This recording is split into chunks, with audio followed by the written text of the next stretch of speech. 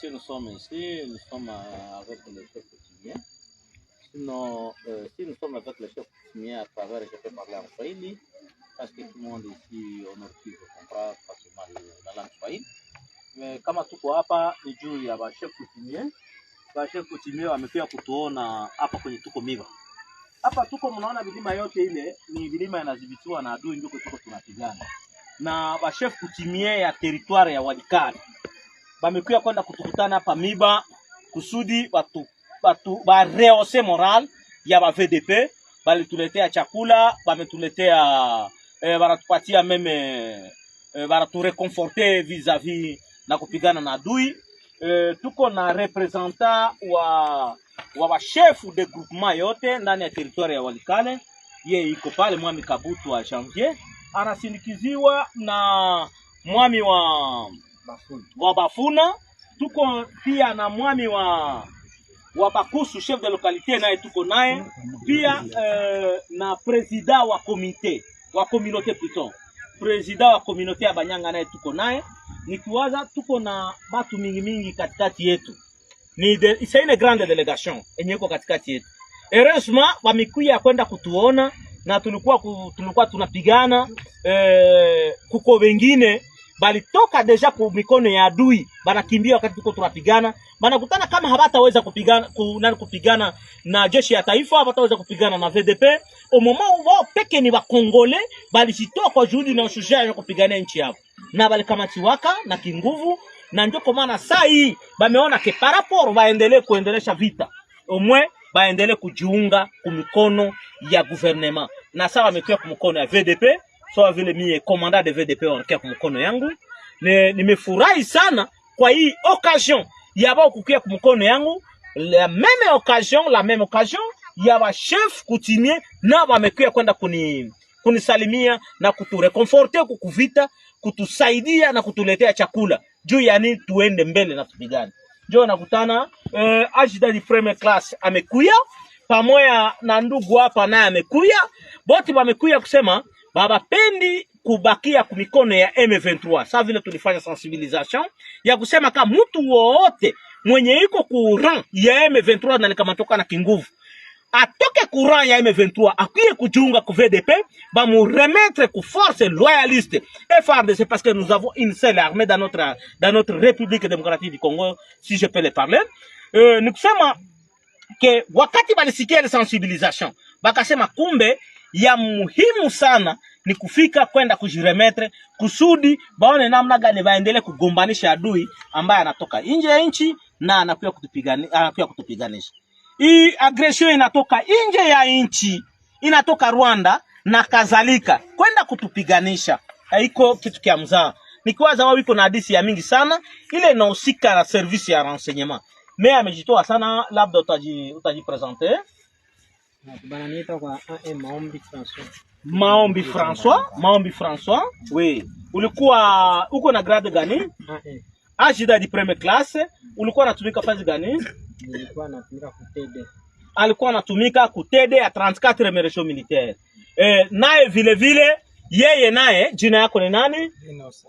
Naye ni Inosa, naye alikuwa yuko natumika alikuwa mzalendo. Wakati ametoka kule amekamatiwa, amekimbia tena, amekimbilia kwa wazalendo wenzake, na ndio kwa maana mnamuona hapa. Ni kusema que les Congolais sont fiers ya nation congolaise, iko fier ya planète Terre yenye balitupatia hii nani nchi yetu ya Republique Démocratique du Congo, nchi ya mababu na nchi ya mababu. Benye barabakia saa hii ni hapa sultani yetu ametoka kwenda kutuona. Peut-être ningepima kupresenter nao, sasa vile naenda kupresenter nao na kwa kuongeza kidogo labda mwami Janvier Kabutwa angekuwa na neno ya kusema kukazi ya Kabame yenye kunatumika na kwenda kureconforter babiana, kurehausser moral chez babiana ndani ya territoire ya Walikale. Nasema kwa mwami. Nashukuru sana kwa kupewa neno na General Musa Shimire Guido, komanda wa VDP. Vile tunashukuru zaidi sana kwa faso ambayo anakuwa iko natumika kukinga udongo wetu ambao iliachiwa na wababu, na hii sinye ambayo amefanya komanda wa VDP kukamata wakaptire na anaturemetre kumikono yetu si inatupatia furaha zaidi sana, kwani walikuwa wanawazia ya kwamba watu ya VDP wanaweza kuwa wamekamata mtu na wanamalizia pale pale, lakini kutokana na gisi wanajua ya kwamba kila mtu amekamatiwa ngambo ya waadui, wamekamatiwa kwa kinguvu, na wakati wanajipatia hiyo jukumu ya kujirudisha kwenye majeshi yetu inapatikana na kwenye waviana yetu wa wazalendo wanapatikana, wanajirudisha na wanaturemetre nao kungambo yetu. Sisi tunashukuru sana vile wasultani ya formé sur le voyage du président de la République démocratique du Congo Félix Antoine Tshisekedi Tshilombo a vu déjà avion na Minitoyo, et le chef de l'État a décidé d'aller en France. Pourquoi le chef de l'État a décidé de aller en France? Torobet a dit solo. Et quelle est l'utilité? Il y a conférence au Salama au Bazolo sur la paix ou sur la paix dans Grand Lac. Pourquoi Macron insiste? Bonsoir vraiment Owen, bonsoir. Yozala toujours à temps Owen. Webina Ngongo Wapitoko tara déjà pour parler des actualités à la République démocratique du Congo. Ba papa ba maman mbote na bino, bandeko ba congolais mbote na bino, ba internaute bisika nyonso bozali mbote na bino. Tozwami na esengo koya ko solola na bino lisusu une fois de plus.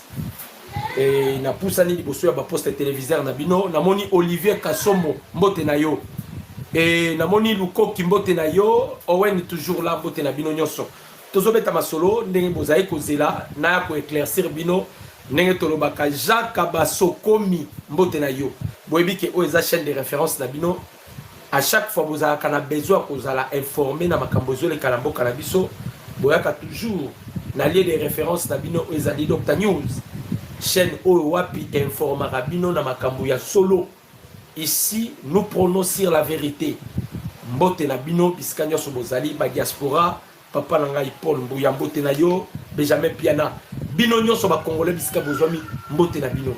C'est très serré ya koya kosolola na ba congomani, Mabeka Georges, Juju Mabeka Georges, en tout cas mbote na bino nyonso. Bande ko ba congolais en soi na komaki na titre na ngai. Na lobi Félix Tshisekedi en France na tie point d'interrogation.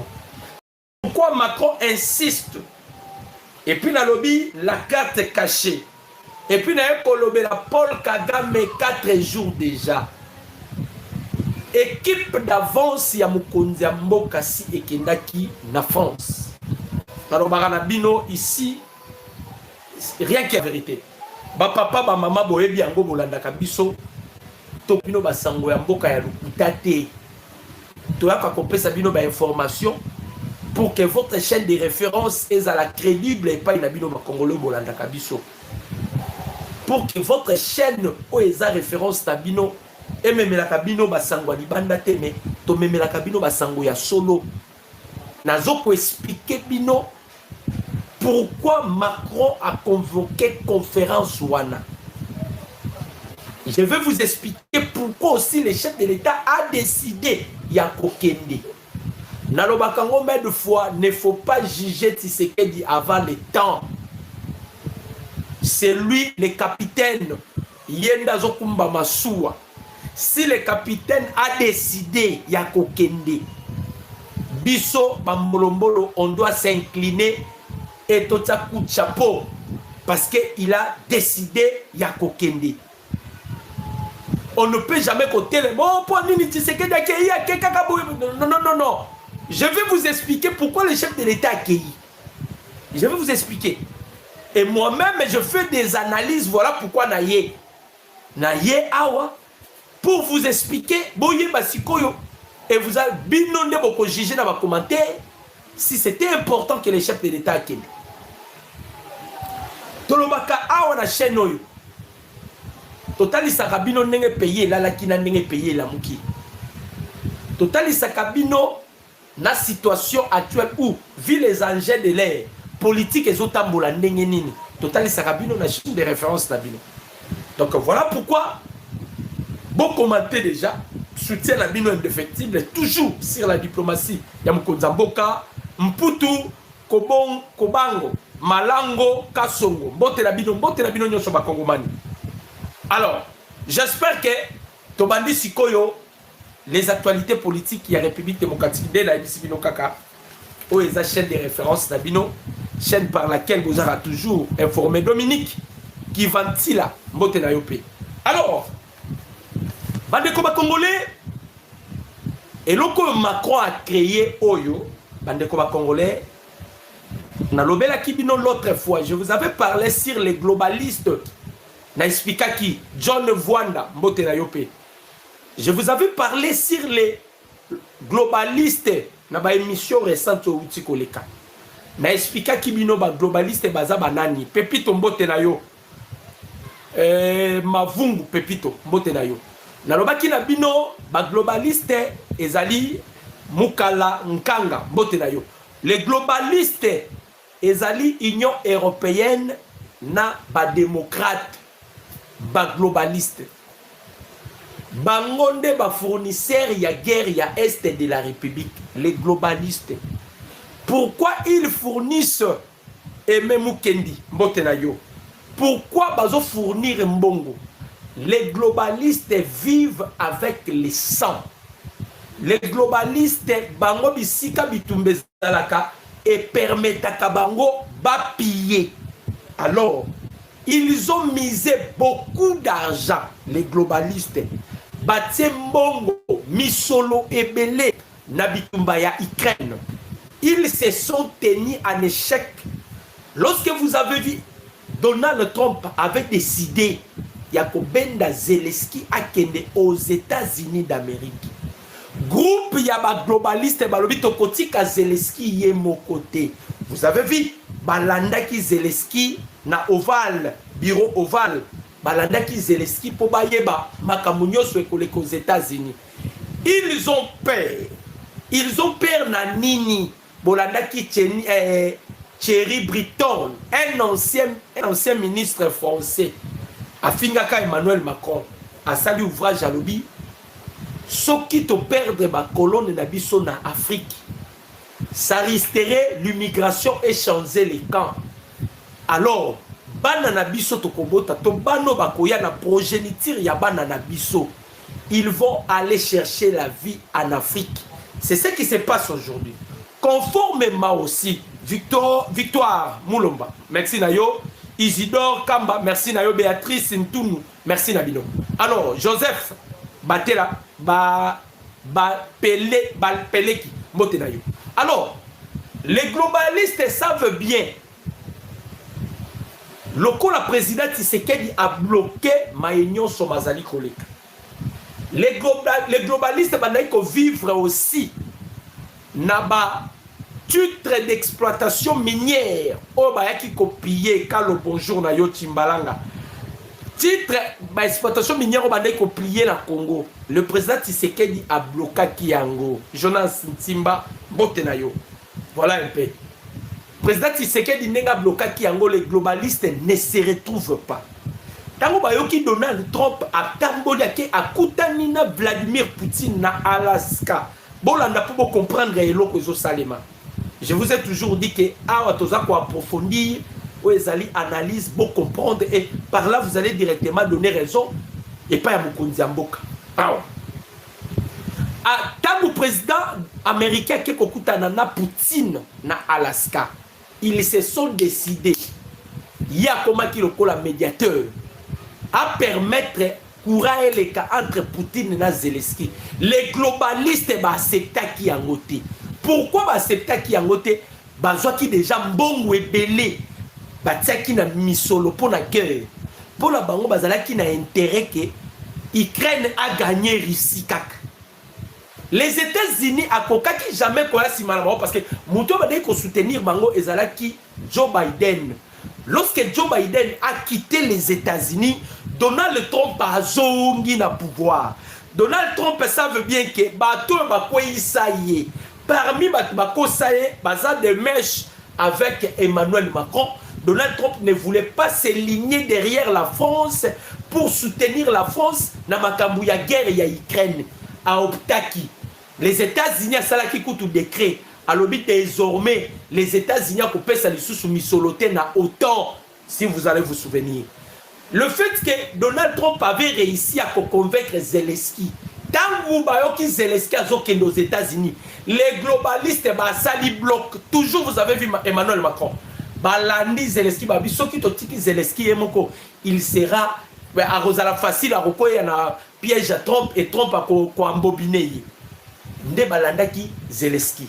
Tango ba komi kuna bo monaki bango nyoso ba komela roi bana mike ba vandi Donald Trump a opesa bango les injonctions. Alors problème au mona que ça ya Doha, problème ya Doha o boyo kaka Doha o ba yeme 23 ba kanga ka Doha ba kanga ka Doha. La France aussi azalaka na makambu ya Doha. La France azalaki na makambu ya Doha. France alingaki ba intérêt na ye na Congo et Bungate azalaki na makambu ya Doha. C'était les États-Unis d'Amérique qui ne ba bengala ki France. Ba bisi France longwa. Longwa. Ba bengani France ba bi longwa tolingi yo okota na makambu ya Doha. Donc la France a été chassée aux États-Unis na makambu ya Doha. Maintenant, Emmanuel Macron, il vient de se décider à ça la conférence. Boyoka koto yo bien parce qu'il n'a pas expliqué yango pour comprendre. Tout le président Tshisekedi, équipe d'avance et il a décidé, a vu déjà avion, le chef de l'État qui est France, a vu déjà avion. Je vais maintenant expliquer. Dans la conférence, il y a Emmanuel Macron a salué les salam à la France. A Bengisi 60 pays. Conférence aux salam. A Bengisi 60 pays. A Bengisi ba organismes internationaux nyonso bakei.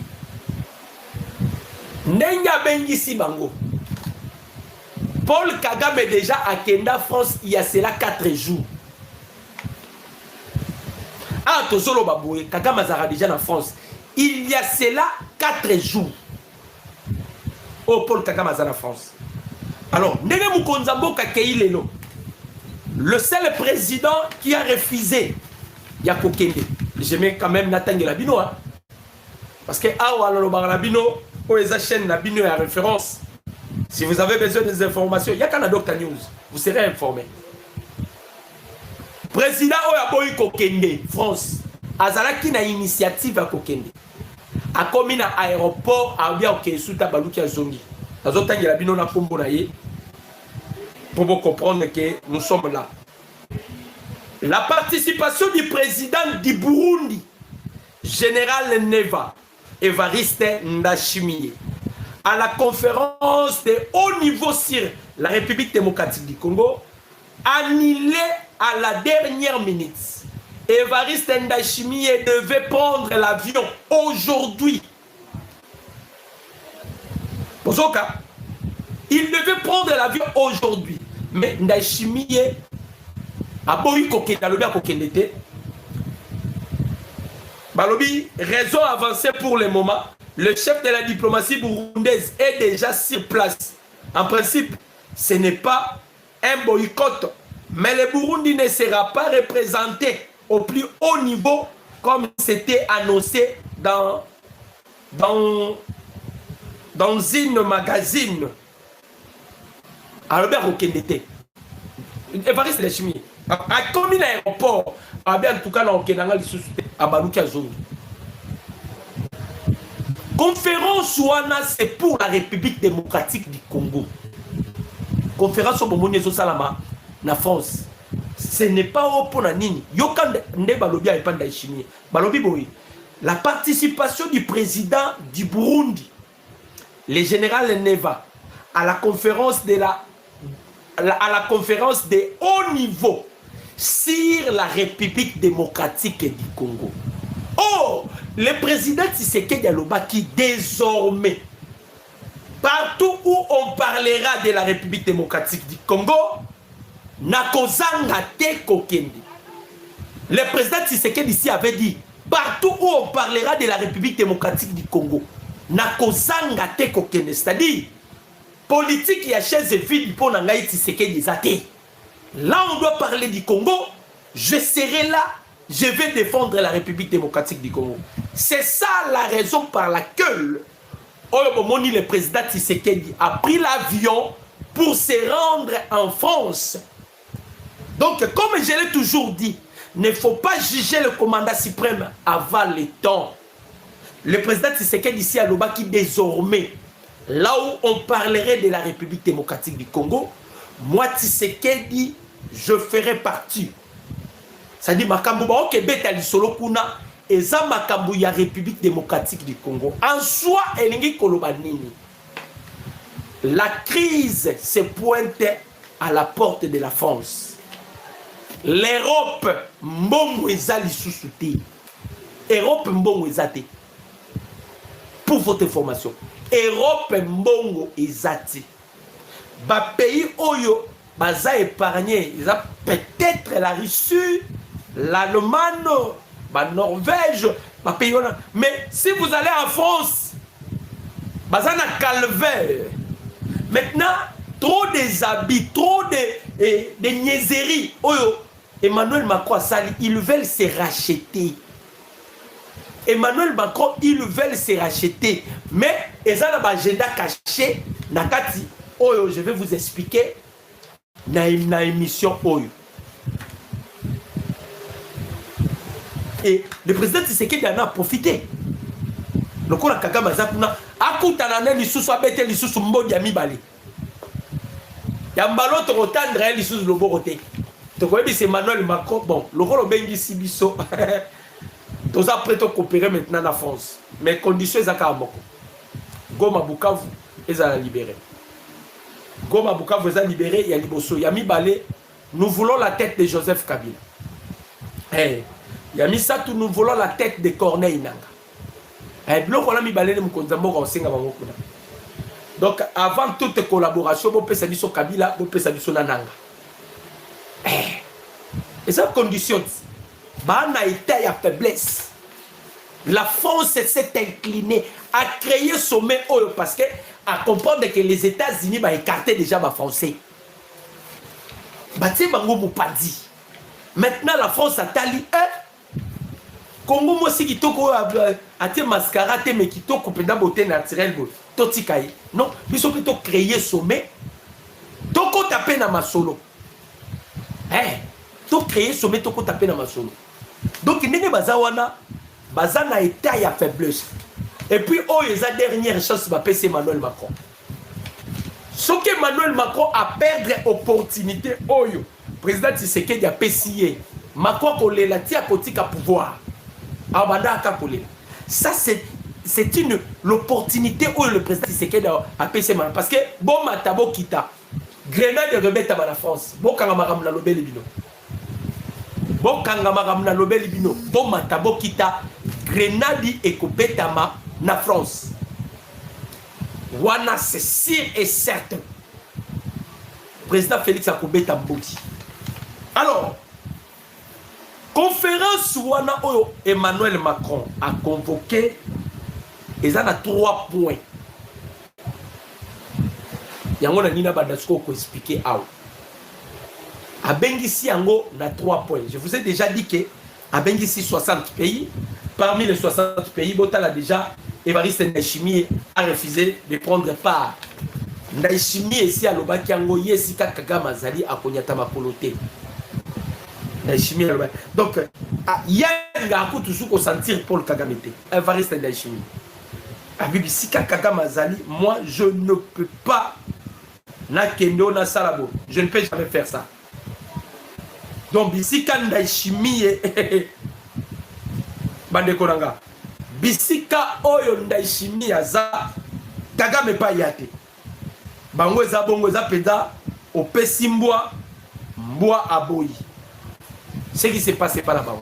Alors, la conférence oyo Emmanuel Macron a bengisi eza na 3 points. Oyo ba traité na conférence wana. Le 3 points essentiels oyo Emmanuel Macron a sali pour à s'en sortir